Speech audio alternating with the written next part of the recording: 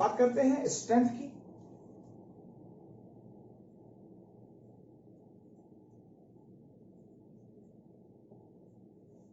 Strength means सामर्थ्य। कैसे? जैसे मानिए मैंने एक सॉल्वेंट लिया हुआ है, उसमें जो सॉल्यूट की अमाउंट कितनी है ये इस बात को बताएगा कि उस सॉल्यूशन का या उस मिक्सचर का स्ट्रेंथ कितना है। यानी मैं कह सकता हूं किसी भी सॉल्यूट की जो ग्राम में अमाउंट है वो पर्टिकुलर एक सॉल्यूशन के कितने लीटर में डिसॉल्व है, ये क्या कहलाएगा? स्ट्रेंथ। मींस मैं लिख सकता हूं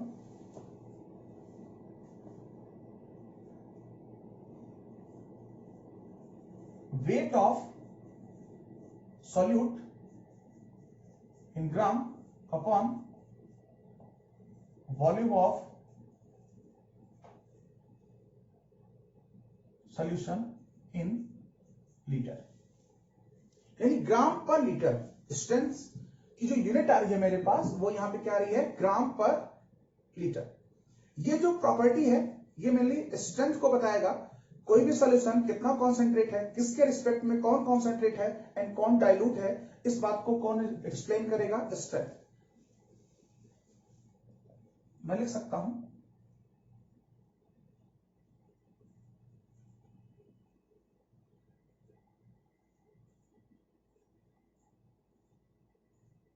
स्ट्रेंथ। ये जो है हमारे पास तीन तरीके से हमें क्वेश्चन के फॉर्म में मिलता है। First by weight, second by volume and third wait by volume.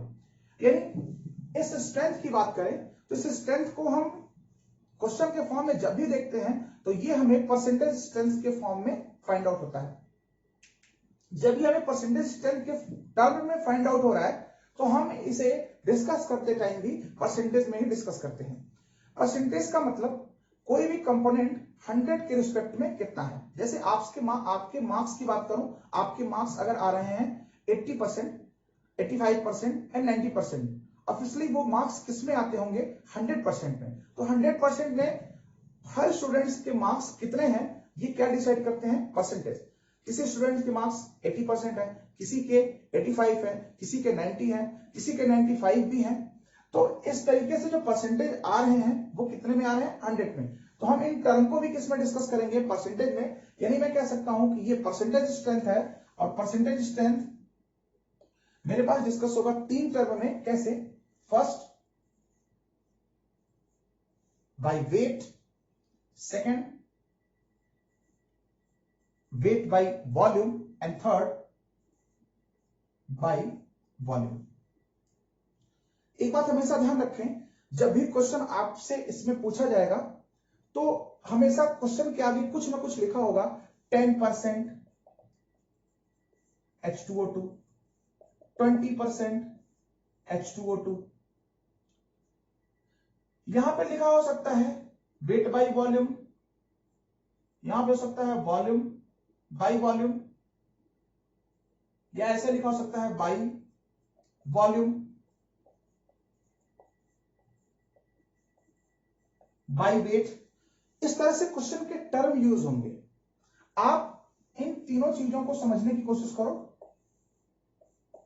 आप जैसे ही इनको क्लियरली समझ लोगे वो क्वेश्चन बहुत ही ज्यादा इजी होने वाले हैं।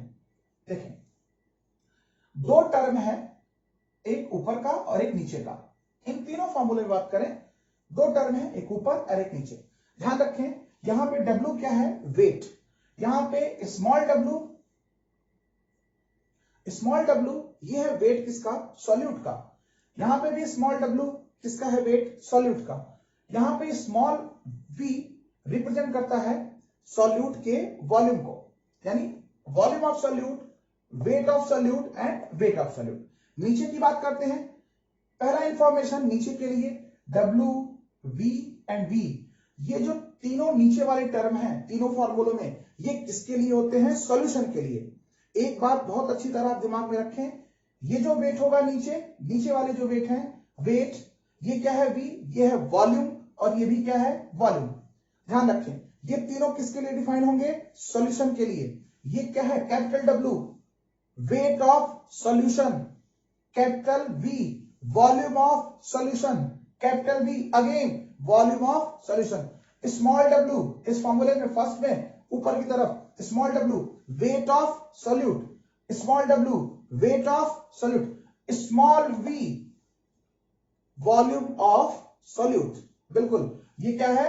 वॉल्यूम ऑफ सॉल्यूट, ये क्या है? Volume of solution. Again small w weight of solute, capital V volume of solution, small w weight of solute, capital W weight of solution. तीन फॉर्मूले हैं मेरे पास, ध्यान दें। मैंने परसेंटेज डिस्कस करना है तो मैं बताऊंगा आपको, ये जो वैल्यू होगी ये कितनी होगी? 100। यानी अगर कहीं पे आपको मिल रहा है 20% W/W H2O2 सॉल्यूशन, क्या मीनिंग हुआ? मैंने कहा नीचे वाली वैल्यू फिक्स है, वो कितना होगा? 100। अगर ये 100 है तो ये 100 क्या होगा? ग्राम। अगर ये 100 है तो 100 क्या होगा? ml। और ये 100 है तो क्या होगा? 100। हमेशा ध्यान रखें इसकी वैल्यू फिक्स होगी कितनी? 100 ग्राम। ये कितना होगा? 100 ml। ये भी कितना होगा? 100 ml। क्वेश्चन कुछ भी पूछे इनकी वैल्यू क्या होगी? फिक्स। अब यहां लिखा हुआ है 20% W/W, 20% W/W, क्या मीनिंग हुआ? इसको थोड़ा सा एक्सप्लेन करते हैं। 20% W/W या लिखा मिल सकता है आपको 20% by 20% by weight. Yes, meaning क्या हुआ इसका? 20 gram. Yes, weight by weight means 20 gram, क्योंकि ऊपर की तरफ क्या है? स्मॉल w, ये किसकी वैल्यू बता रहा है? इस 20 की। 20% W/W, 20% by weight means 20 gram H2O2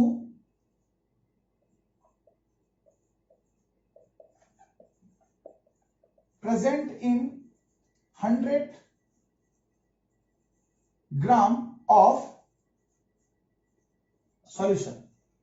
simple सा तरीका, 20% W/W का मतलब क्या हुआ? 20 ग्राम H2O2 हाइड्रोजन परऑक्साइड प्रेजेंट है 100 ग्राम सॉल्यूशन में। 20% W/W, 20 ग्राम H2O2 प्रेजेंट है 100 ग्राम सॉल्यूशन में। अगर ये वैल्यू इस तरीके से दी हो, एक और इसको नोट करें आप पॉज करके।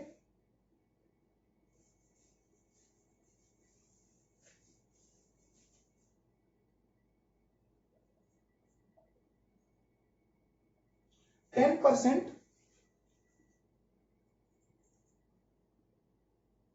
HCl,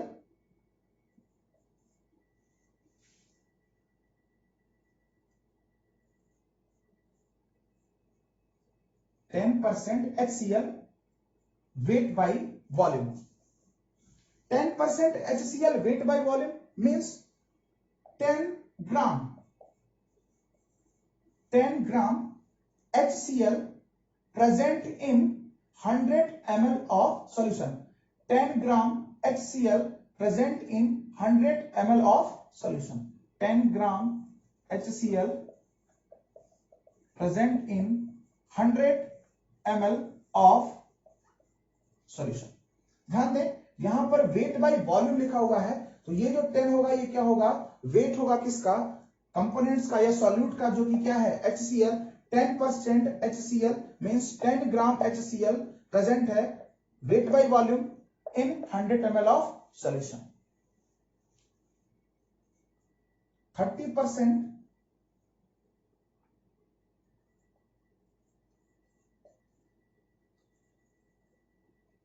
H2O2 ले लेते हैं। 30% H2O2, 30% H2O2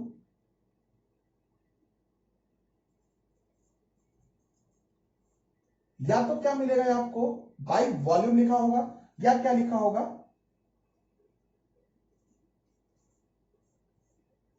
V/V। 30% H2O2 by volume और 30% H2O2 V बाई V। अब यहां पे आपको क्या फाइंड आउट करना है, ये कैसे लिखेंगे, इसका क्या मतलब हुआ, इसका मीनिंग हुआ कि 30 ml 30% V बाई V, तो ये V किसके लिए, वॉल्यूम के लिए, तो 30 ml क्या H2O2 प्रेजेंट है इन 100 ml of solution, means 30 ml H2O2 solution 100 ml solution में मौजूद है। 30 ml H2O2, यहां पर H2O2 क्या है, solute, 30 ml H2O2 present in 100 ml of solution. सबसे इंपॉर्टेंट बात यहां पे क्या है कि ये नीचे की जितनी भी वैल्यूज हैं ये किसके लिए हैं, सॉल्यूशन के लिए, किसी भी कंडीशन में आप इसको चेंज करने की कोशिश ना करें।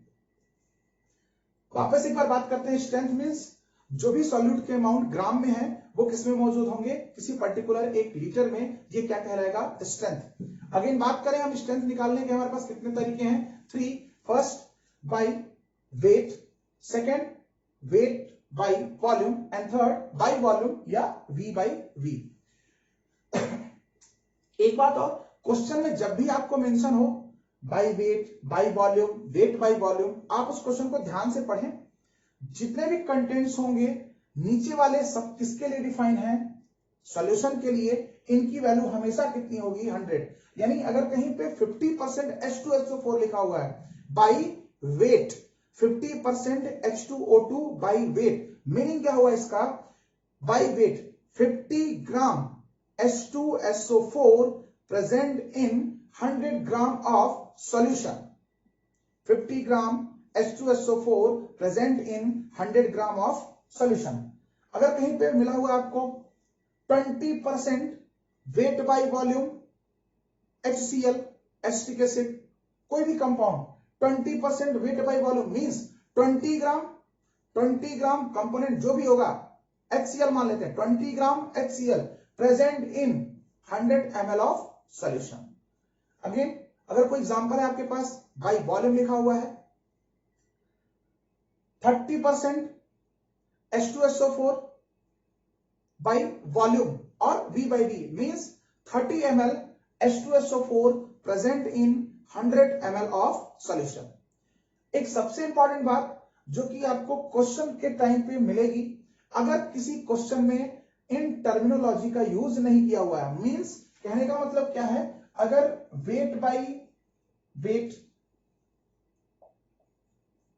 Volume and volume by volume, इन तीनों में से कोई भी टर्म गिवन नहीं है, उन्होंने लिख दिया है ओनली 20%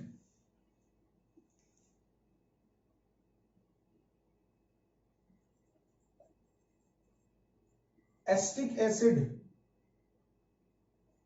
कुछ भी मेंशन नहीं है, ना तो मुझे पता चल पा रहा है V बाई V है, W बाई V है या V बाई V। इस केस में क्या करेंगे, अगर कुछ ऐसा दिया हुआ है कि हमें किसी भी कंटेंट के बारे में कोई आइडिया नहीं हो पा रहा है, तो हम उस केस में हम किसे मानेंगे, वेट बाई वेट को। जब कभी भी आपको ये क्लियर ना हो पाए कि क्या लिखा हुआ है क्वेश्चन में, किसके रिस्पेक्ट में लिखा हुआ है, उसने क्लेरिफाई नहीं किया हो कि ये जो स्ट्रेंथ है वो बाई वेट है, वेट बाई वॉल्यूम है या बाई वॉल्यूम है, तो आप किसे कंसीडर करेंगे, वेट बाई वेट को। ये एक इंपॉर्टेंट पॉइंट है, इसकी वजह से आपके बहुत सारे प्रॉब्लम्स में जो दिक्कतें आने वाली हैं वो खत्म हो जाएंगी। अगर कुछ भी गिवन नहीं है तो आपको क्या मिलेगा, आपको किससे सॉल्व करना है, वेट बाई वेट से। यानी ध्यान रखें, जब कुछ भी ना गिवन हो तो किसे सॉल्व करेंगे, बाई वेट से। एक बात और, वॉल्यूम के लिए कभी कभी वी टर्म भी यूज कर लेता है, क्या यूज कर लेता है, वी। एग्जाम्पल 20%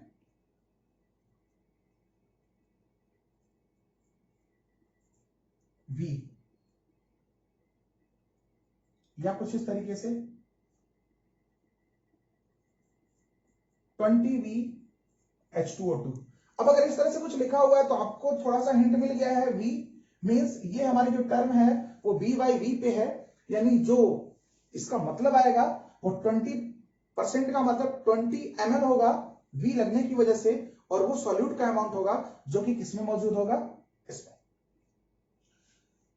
आइए और आगे डिस्कस करते हैं थोड़ा सा।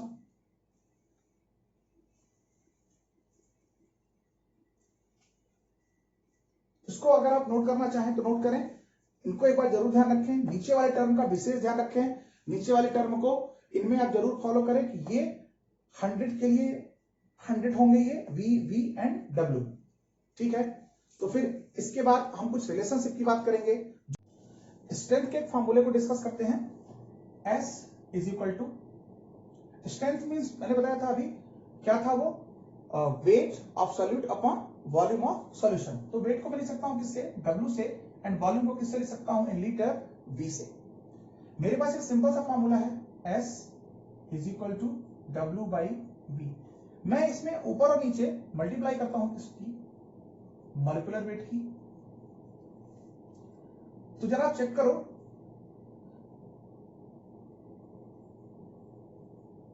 ये जो फॉर्मूला है weight upon molar mass into volume, ये किसे रिप्रेजेंट करता है, मोलरिटी को। यानी ये जो पूरा टर्म होगा ये किसे रिप्रेजेंट करेगा, मोलरिटी इनटू, ये क्या बन जाएगा, mw। Means strength is equal to m into mw। Same S is equal to W by V, मैं इसमें किससे मल्टीप्लाई करता हूं, E, और डिवाइड भी किससे करता हूं, E से। आप देखो ये जो फॉर्मूला है,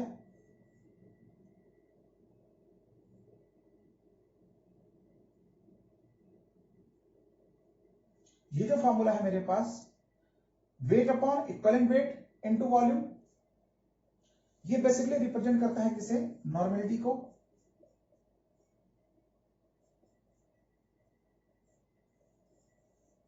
तो मेरे पास स्ट्रेंथ के दो फॉर्मूले हैं, m into mw, n into e, means molarity into molar mass और मॉलिक्यूलर वेट, ये भी किसे रिप्रेजेंट करेगा, स्ट्रेंथ को, and normality into equivalent weight, ये किसे रिप्रेजेंट करेगा, स्ट्रेंथ को। S is equal to m into mw is equal to n into e।